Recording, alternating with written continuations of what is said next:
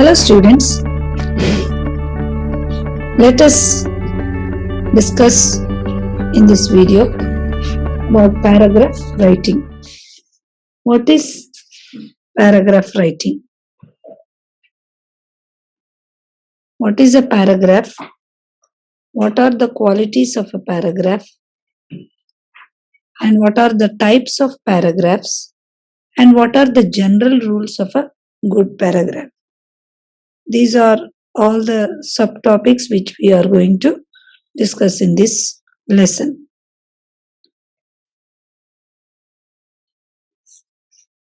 First, we shall see what is a paragraph and what is a good paragraph. A series of sentences that are organized and coherent and are all related to a single topic is called paragraph.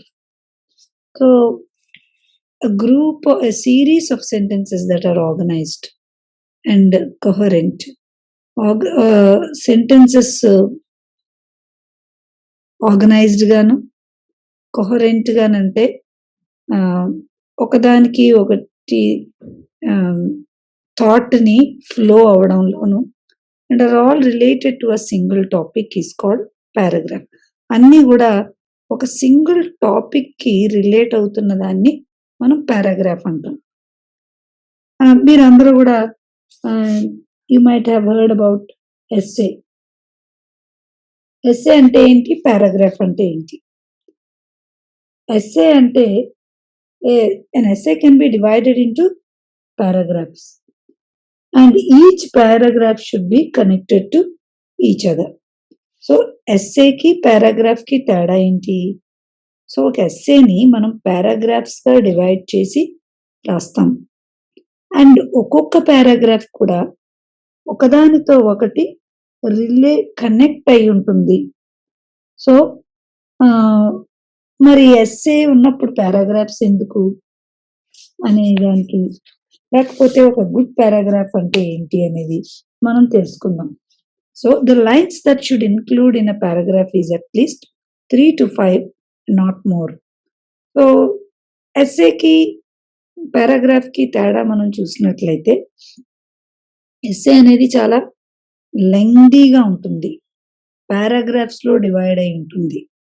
So ఒక పారాగ్రాఫ్లో ఎన్ని ఉండొచ్చు? 3 to 5 lines ఉంటే దాన్ని మనం paragraph అంటాం. అంతకంటే ఎక్కువ ఉంటే అది పారాగ్రాఫ్ కింద కౌంట్ చేయబడదు. సో ఎస్సే అంటే లెంగ్దీగా ఉండాలి, but not a paragraph. So let us see what is a good paragraph. So ఒక గుడ్ పారాగ్రాఫ్ అనేది ఎప్పుడు కూడా ఈ స్పెసిఫిక్ టాపిక్ మీద రన్ అవుతూ ఉంటుంది. ఒక పారాగ్రాఫ్ అనేది ఒక స్పెసిఫిక్ టాపిక్ మీద. So the whole paragraph conveys a specific topic and that is called a paragraph. And here we see a good paragraph is a combination of unity, cohesion, coherence, balance, variety and emphasis. Good పారాగ్రాఫ్లో ఏమేమి ఉంటాయి, ఏమేమి features ఉంటాయంటే unity ఉంటుంది. ఒక పారాగ్రాఫ్లో unity ఉంటుంది, కొహిషన్ ఉంటుంది, కొహిరెన్స్ ఉంటుంది. అంటే యూనిటీ అంటే there will be a single topic running to it. Different topics ఉండవు, అంటే ఒక టాపిక్లోనే రన్ అవుతూ ఉంటుంది. Cohesion and coherence, balance, variety and emphasis. So వీటన్నిటిని కూడా మనం ఇండివిజువల్గా ఒకటి మనం తెలుసుకుందాం. సో పారాగ్రాఫ్లో చాలా భాగాలు ఉంటాయి కాబట్టి వీటిని బెటర్గా అండర్స్టాండ్ చేసుకోవాలంటే ఒకటి మనం ఇప్పుడు చదువుకుందాం. A paragraph is the smallest unit of writing. కాబట్టి ఒక రైటింగ్ స్కిల్లో స్మాలెస్ట్ యూనిట్ ఏంటంటే పారాగ్రాఫ్. అసలు ఫస్ట్ పారాగ్రాఫ్ రాయడం మనం నేర్చుకోవాలి. సో పారాగ్రాఫ్ అంటే మనం కాలేజ్ డేస్లో రైట్ అబౌట్ యువర్ కాలేజ్ అంటారు. లేకపోతే రైట్ అబౌట్ యువర్ టీచర్. ఇంకా చాలా టాపిక్స్ అలాగా write about your daily routine. ఇవన్నీ కూడా ఒక పారాగ్రాఫ్ లో రాసేటప్పుడు కేవలం అది ఒక సింగిల్ టాపిక్ మీద రన్ అవుతుంది. ఇంకా వేరేదేమీ కూడా అందులోకి వెళ్ళిపోదు. రైట్ అబౌట్ యువర్ ఫ్యామిలీ అన్నాం అనుకోండి, అప్పుడు మీ ఫ్యామిలీ గురించే దాంట్లో వస్తుంది, కాలేజ్ లైఫ్ లో గురించి రాదు కదా. So that is a single unit, a smallest unit of writing అన్నమాట. మనం రాస్తున్న దాంట్లో ఒక స్మాలెస్ట్ యూనిట్ గా దాన్ని తీసుకుని మనం రాస్తున్నాం. సో పారాగ్రాఫ్ లో, గుడ్ పారాగ్రాఫ్ లో ఉండే ఫస్ట్ క్వాలిటీ ఏంటంటే unity. Unity, every part of the paragraph must be the expression of one idea. So ప్రతి పార్ట్ కూడా ఒక్కటే ఐడియాని ఎక్స్ప్రెస్ చేయాలి. So fact our topic, idea లేకపోతే ఒక ఫ్యాక్ట్ అంటే ఒక ట్రూత్, ఒక టాపిక్ ను మీరు అందులో ఉంటేనే దాంట్లో యూనిటీ ఉన్నట్టు మనం కౌంట్ చేస్తాం. Only then the paragraph will have unity. అప్పుడే మనం ఒక పారాగ్రాఫ్ లో యూనిటీ ఉన్నది అని అంటాం. కాబట్టి ఒక పారాగ్రాఫ్ అనేది it will hang together to make a sensible paragraph. అప్పుడే ఒక సెన్సిబుల్ పారాగ్రాఫ్ గా ఉంటది. ఆ structural relationship between the sentences, దానికి సెంటెన్సెస్ కి మధ్య స్ట్రక్చరల్ రిలేషన్షిప్ ఉండాలి. కొహిషన్ అండ్ సెమాంటిక్ మీనింగ్ కూడా కలిసి ఫ్లో అవుతూ ఉండాలి. సో అప్పుడే యూనిటీ అనేది ఉందని మనం చెప్తాం. So let us see the second one, cohesion. Cohesion అంటే ఏంటి? The sentences in a paragraph are linked structurally by cohesive devices. So sentences, paragraph లో సెంటెన్సెస్ ఉంటాయి. ఆ సెంటెన్సెస్ అన్ని కూడా స్ట్రక్చరల్ గా ఒకదానితో ఒకటి ఏమని చెప్పాలంటే కొహెసివ్ డివైస్. కొహెసివ్ డివైజెస్ అంటే ఏంటంటే అంటుకుని ఉండడం అనమాట. How they are united, stick together, ఒకదాన్ని ఒకటి స్టిక్ అవడం అనమాట. కొహెసివ్, ఎడిహెసివ్ అంటాం కదా, దాన్ని అంటించడం. సెంటెన్సెస్ ఒకదాని ఒకటి అంటుకుని ఉండడం, స్టిక్ అవి ఉండడం అనేది ఎలా జరుగుతుంది? How will it be possible? These devices make the paragraph economic, stable and clear.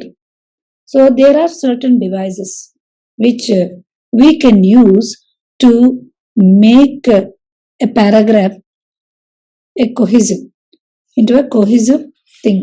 ఒక పారాగ్రాఫ్ ని కొహెసివ్ గా ఉంచాలి అని అంటే సర్టన్ డివైజెస్ ఉన్నాయి, వాటిని మనం వాడచ్చు. వాడినప్పుడు then we can make the paragraph an economic, stable and clear. అంటే చిన్నదిగా రాయొచ్చు, స్టేబుల్ గా ఉంటుంది, అంటే నిలకడగా ఉంటది, క్లియర్ గా ఉంటది. సో మనం క్లియర్ గా అండర్స్టాండ్ చేసుకోవచ్చు when we use these devices. ఏంటి ఆ devices? Some of such devices are conjunctions, pronouns and the definite article the. So ఈ డివైజెస్ ఏంటి అంటే కంజంక్షన్స్, ప్రొనౌన్స్, డెఫినెట్ ఆర్టికల్స్ ద్వారా పారాగ్రాఫ్ ని మనం ఏం చేస్తున్నాం అనమాట, స్ట్రక్చరల్ గా ఒక సెంటెన్స్ ని లింక్ చేసి మొత్తం ఆ పారాగ్రాఫ్ కొహెసివ్ గా ఉండడం అనేది, ఈ ఫీచర్ ని, కొహిజన్ ని మనం దాన్ని మెయింటైన్ చేసుకుంటూ వస్తాం. కంజంక్షన్స్ అంటే ఏంటేంటి చెప్పండి? అండ్, బట్ కదా, ఆల్దో, దో, ఇవన్నీ కూడా కంజంక్షన్స్. సో వీటిని వాడుకోవడం ద్వారా ఒక సెంటెన్స్ ని సమ్ టైమ్స్ మనం అండ్ తో జాయిన్ చేస్తాం, ఆర్ తో జాయిన్ చేస్తాం, అండ్ ఈ దోతో జాయిన్ చేస్తాం, ఆల్దోతో జాయిన్ చేస్తాం. సో ఇవన్నీ కూడా స్ట్రక్చరల్ గా సెంటెన్సెస్ ని మనం జాయిన్ చేస్తున్నాం అనమాట. సో వీటిల్ని కంజంక్షన్స్ అంటాం. ప్రొనౌన్స్ అంటే ఏంటి? నౌన్ కు బదులుగా మనం వాడతాం. వాటిని ప్రొనౌన్స్ అంటాం. ప్రొనౌన్స్ కూడా ఒక పారాగ్రాఫ్ లో సెంటెన్స్ ని స్టిక్ అవి ఉండేలాగా ప్రొనౌన్స్. అలాగే డెఫినెట్ ఆర్టికల్ దాన్ని కూడా మనం వాడడం ద్వారా ఒక పారాగ్రాఫ్ లో ఉన్నటువంటి సెంటెన్స్ కి మనం కొహిజివ్ దీన్ని తీసుకుని వస్తామన్నమాట. నెక్స్ట్ కొహిరెన్స్. కొహిరెన్స్ అంటే ఏంటి? Coherence in a paragraph refers to the unity in meaning. Meaning లో యూనిటీ అనేది ఉండడాన్ని తెలియజేసేదే కొహిరెన్స్. అంటే each sentence should be focused on the idea expressed in the paragraph. So paragraph లో ఉన్నటువంటి ఒక టాపిక్ చెప్పాం కదా, ఒక విషయాన్ని మనం స్టార్ట్ చేసాం. అది ఎలాగా మీనింగ్ ని, సర్ఫేస్ ఫినామినన్ ని ఎలాగ మనం రన్ చేస్తున్నాము, కొహిరెన్స్ పారాగ్రాఫ్ లో యూనిటీని ఎలాగా రన్ చేస్తుంది అనేది, ఒక్కొక్క సెంటెన్స్ కూడా ఒక్కొక్క ఐడియాని ఎక్స్ప్రెస్ చేస్తూ పారాగ్రాఫ్ ని మీనింగ్ఫుల్ గా యూనిటీతో రన్ చేసేదే కొహిరెన్స్ అనేది. కాబట్టి ఒక సింగిల్ ఐడియా దాంట్లో మనం చూస్తున్నాం. కాబట్టి ఒక good paragraph is a combination of coherent and cohesive sentences. కాబట్టి ఒక గుడ్ పారాగ్రాఫ్ కొహిరెన్స్ ఉండాలి, కొహిషన్ కూడా ఉండాలి. Next balance. బ్యాలెన్స్ అంటే ఏంటి? The balance of the paragraph depends on the proper distribution of emphasis. కాబట్టి ఒక పారాగ్రాఫ్ లో బ్యాలెన్స్ దేనికి హెల్ప్ చేస్తుందంటే proper distribution of emphasis. Emphasis అనేది ప్రాపర్ గా డిస్ట్రిబ్యూట్ అవుతుంది. అంటే ఒకసారి ఒక పాయింట్ అనేది మొత్తం ఆ పారాగ్రాఫ్ అంతట్లో కూడా రన్ అయ్యి బ్యాలెన్స్డ్ గా, ఈవెన్ గా డిస్ట్రిబ్యూట్ అయి ఉంటుంది అనమాట thought. So it is closely connected with the logical development of the thought. ఒక సింగిల్ థాట్ ఒక పారాగ్రాఫ్ కదా, కాబట్టి దాన్ని లాజికల్ గా మనం డెవలప్ చేస్తాం అనమాట.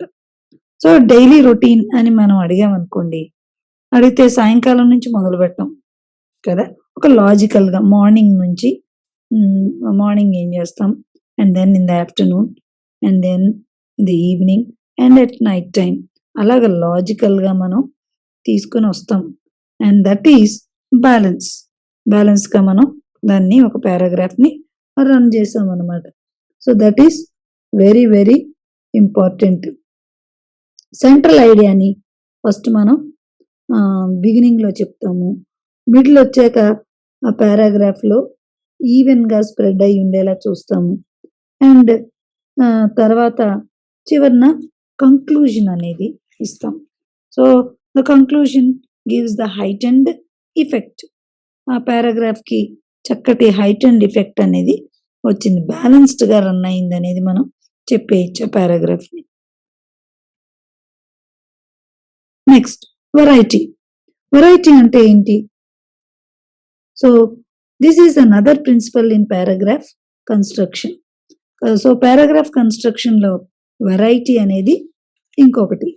So it is meant to avoid monotony.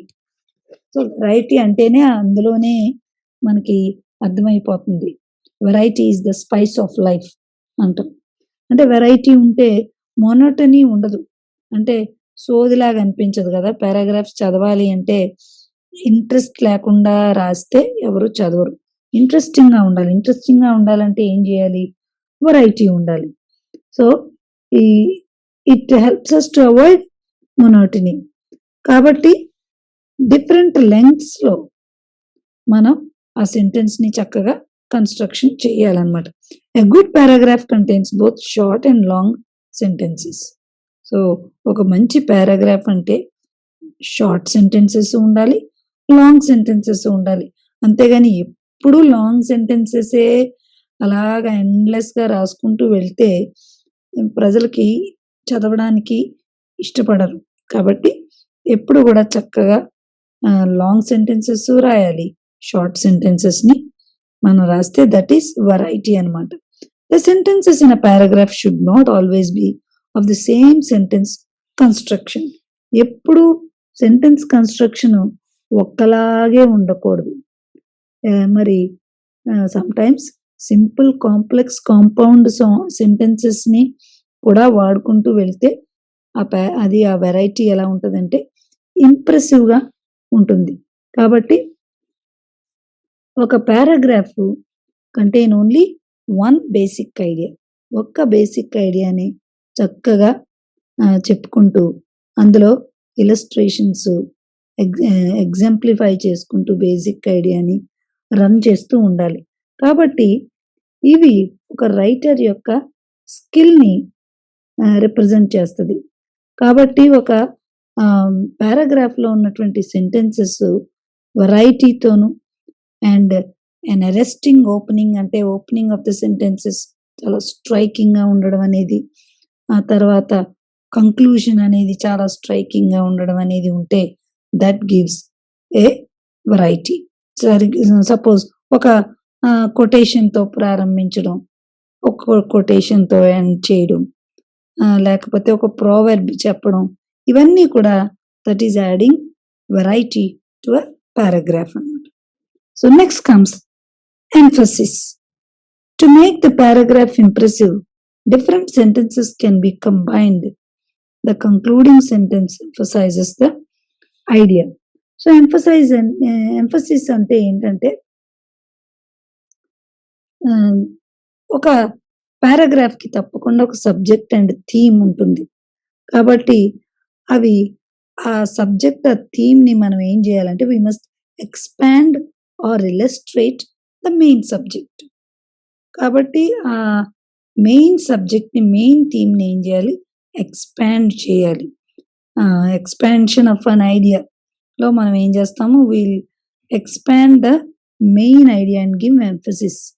కాబట్టి ఏం చేస్తాము? Different sentences can be combined. The concluding sentence, రకరకాల సెంటెన్సెస్‌ని కంబైన్ చేసి ఆఖరికి మనం ఏమిస్తామంటే కంక్లూడింగ్ సెంటెన్స్‌లో సెంటెన్స్ యొక్క ఎంఫసిస్‌ని, దాన్ని మనం బేసిక్ ఐడియాని ఎంఫసైజ్ చేస్తామన్నమాట. స్ట్రెస్ చేయడం అన్నమాట. Next types of a paragraph. మరి పారాగ్రాఫ్‌లో ఎన్ని టైప్స్ ఉన్నాయి అంటే paragraph can be broadly divided into 3 types. The style of writing decides the type. Paragraph writing లో 3 types broadగా మాట్లాడుకోవాలంటే 3 types గా డివైడ్ చేసుకోవచ్చు. అది కూడా ఎలాగంటే the style of writing decides the type. ఏ స్టైల్‌ని నువ్వు ఫాలో అవుతుంటే దాన్ని బట్టి ఆ పారాగ్రాఫ్ అది ఏ స్టైల్‌లో ఉంది, ఏ టైప్ ఆఫ్ పారాగ్రాఫ్ మనం చెప్పొచ్చు. స్టైల్‌ని బట్టి టైప్ చెప్పొచ్చు. The first one is the descriptive paragraph. Descriptive paragraph అంటే ఏంటి అంటే it describes an event in detail. It is used mainly in story writing. So descriptive writing అంటే ఒక ఏదైనా ఈవెంట్‌ని డీటెయిల్‌గా మనం డిస్క్రైబ్ చేస్తూ ఉన్నాం అనుకోండి, దెన్ అది డిస్క్రిప్టివ్ రైటింగ్ అవుతుంది. It is usually mainly used in story writing. కథలు చెప్పేటప్పుడు ఎక్కువగా ఇది డిస్క్రిప్టివ్ పారాగ్రాఫ్‌ని, ఆ స్టైల్‌ని మనం వాడతాం. Second one is the explanatory paragraph. Explanatory paragraph is used while explaining the facts and figures. So explain అంటే దేన్నైనా వర్ణించడం, ఎక్స్ప్లెయిన్ వివరణ ఇవ్వడం అన్నమాట. అది ఎప్పుడు చెప్తామంటే ఫ్యాక్ట్స్ అండ్ ఫిగర్స్ అంటే దేనికైనా దాని గురించినటువంటి ఫ్యాక్ట్స్, ట్రూత్స్, ఫిగర్స్ అంటే అంకెల్లో చెప్పాలి, లేకపోతే బొమ్మలేసి చెప్పాలి. అలాంటప్పుడు మనం ఒక ఫిగర్ వేసి చెప్తాం, లేకపోతే దాని గురించి కొన్ని ఫ్యాక్ట్స్ని మనం అరేంజ్ చేసి చెప్తాం. ద సెంటెన్సెస్ ఆర్ అరేంజ్డ్ లాజికల్గా సెంటెన్సెస్ని అరేంజ్ చేసి ఫ్యాక్ట్స్ అండ్ ఫిగర్స్తో ఎక్స్ప్లెనేటరీ పారాగ్రాఫ్ని మనం చెప్పుకుంటాం. The third one is the narrative paragraph. What is a narrative paragraph? It tells or narrates an experience or an incident. Narration అంటే దేనినైనా మనం narrate చేయడం, వల్లించడం అంటాం. It may or may not have a topic sentence. దానికి topic sentence ఉండక్కర్లేదు, ఉండొచ్చు ఉండకపోవచ్చు కూడా, బట్ ఇట్ ఈస్ నెరేటెడ్. ఒక ఎక్స్పీరియన్స్ అంటే మనకి అనుభవాన్ని నెరేట్ చేయడాన్ని, అనుభవాలు చెప్పుకుంటూ ఉన్నాం అనుకోండి, దానినే నెరేటివ్ పారాగ్రాఫ్ అంటాం. అప్పుడు అనుభవానికి ఆ టాపిక్ ఉండొచ్చు ఉండకపోవచ్చు.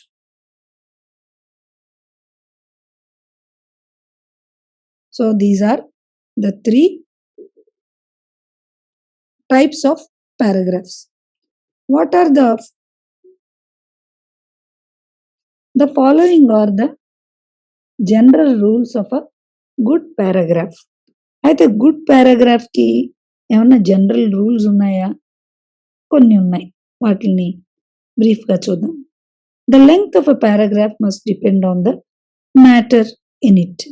సో ఒక పారాగ్రాఫ్ ఎంత లెంగ్త్ ఉండాలి, ఏమన్నా ఉందా? 3 to 5 లైన్స్ అనుకున్నాం మనం ఇందాక. అయితే it must depend on the matter in it.